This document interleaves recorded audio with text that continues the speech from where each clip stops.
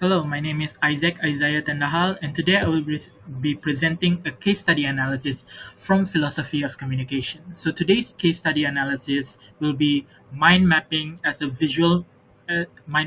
methodology in communication science. So to start off, what is a mind map? So a mind map is a visual method to organize and present ideas, and it is created by Tony Buzan. So a mind map is a way to present your ideas visually instead of relying on linear lists. So it is useful, especially in communication methodology, because you can see connections between concepts more clearly. So especially in communication, when you are using a mind map in communication, you are able to see the flow to understand the interaction in day-to-day conversations. So today's mind map case study, I chose a classroom communication. So to keep it simple, the classroom communication is about a lecturer trying to deliver a new subtopic to two students. But because there are some noises, these two students named Mickey and Donald doesn't understand what the lecturer is trying to deliver. So this case study is divided into three parts. Firstly, the initial communication. Secondly, the student communication. Thirdly, will be clarifications. So the first part is the lecturer acts as the encoder. Sorry, the lecturer acts as the encoder to try and deliver the new message. Will be the subtopic for the day to two of the students, Mickey and Donald, acting as the decoder. So the encoder is basically the first communicator who is trying to deliver the message. The decoder will be someone who is trying to receive the message. So the lecturer tries to deliver the message to Mickey and Donald through two channels. Firstly, verbally. Secondly, visually. So verbally would be the lecturer trying to deliver her message using her voice as a method to try to deliver the information. And secondly, visually would be PowerPoint slides. So the reason why the lecturer would do this is because to uh, lessen the noise and to avoid students um, being ambiguous about the topic, and might be able to follow up on what the lecturer is trying to deliver. But but these two students, Mickey and Donald, they have their own problems. They have their own noises. So for Mickey hasn't been paying attention. So of course he doesn't understand what is the subtopic. What is the message the lecturer was trying to deliver. And Donald would be someone who is actually paying attention, but because he isn't familiar with the topic, he is in the gray area. So that he knows about the topic, but he's still ambiguous about it. So because of these two students not being able to interpret the message delivered by the lecturer, both of these students interact with each other to try to understand what was the message about. So this second part, student communication, is these two students trying to interact with each other, trying to ask each other, "Hey, what did the lecturer talk about? Did you understand this part? Did you understand this part?" But because both of the students have their own noises, Mickey with inattention and Donald with unfamiliarity, they start to question each other's credibility about what they have heard.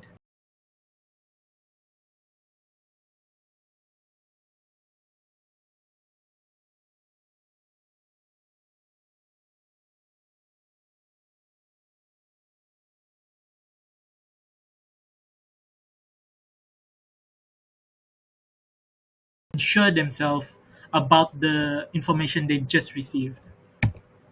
So this will be the mind map. As you can see that Mickey here, Mickey and Donald here is two of the students, and here is the lecturer.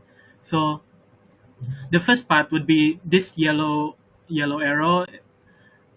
The lecturer is trying to deliver her message, but because Mickey didn't pay attention, Mickey doesn't understand. Donald actually paid attention, but Donald is unfamiliar with the topic, so he remains in the gray area. So both of them ask about the topic, ask for explanation, but because but they start to question each other credibility, that they could start to question each other credibility because they don't trust each other.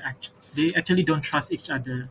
So because of this, mm, because of this situation where both of them aren't sure about what the information they just received, both of them try to ask the lecturer, because the lecturer is the one teaching the new topic and she's the first communicator. So she is experienced, knowledgeable. So because of the lecturer being the first communicator, they would try to ask the lecturer to explain more, trying to make them understand more about the subtopic delivered for today. So the mind map is the application of the mind map. Basically, the objective of the mind map is to help you visualize the communication concepts, classify communication concepts, visualize relationships between elements, and simplify complex information. And fourthly, support analysis and research on communication science. So the mind map is actually based on the transactional model of communication.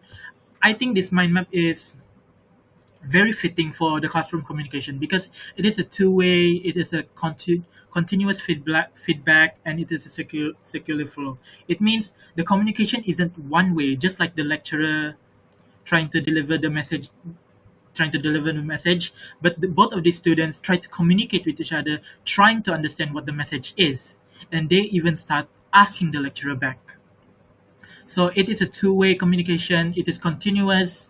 Each message is followed by a reaction, a feedback. It is a circular flow.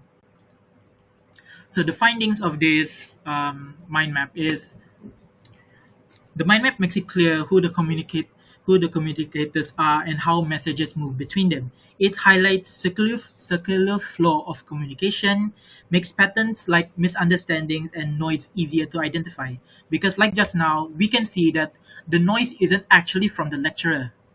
The noise are from Mickey and Donald. Mickey being inattentive, Donald being unfamiliar with the subtopic. So therefore, they aren't able to interpret the message the lecturer was trying to deliver. They aren't able to interpret what the message was as the lecturer intended.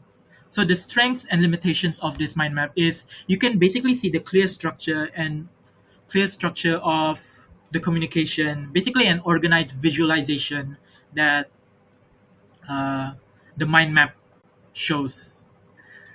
You can basically just see the communication process. So with this mind map, you can understand how communication works because it highlights role, it highlights noises, where it came from, especially patterns in misunderstandings. So, but the limitation of a mind map, it may oversimplify emotion. So let's say the noise would be the reason why Donald didn't ask.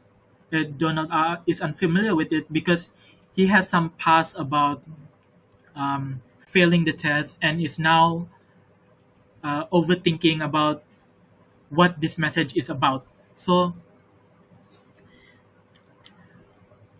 the mind map has limitations, that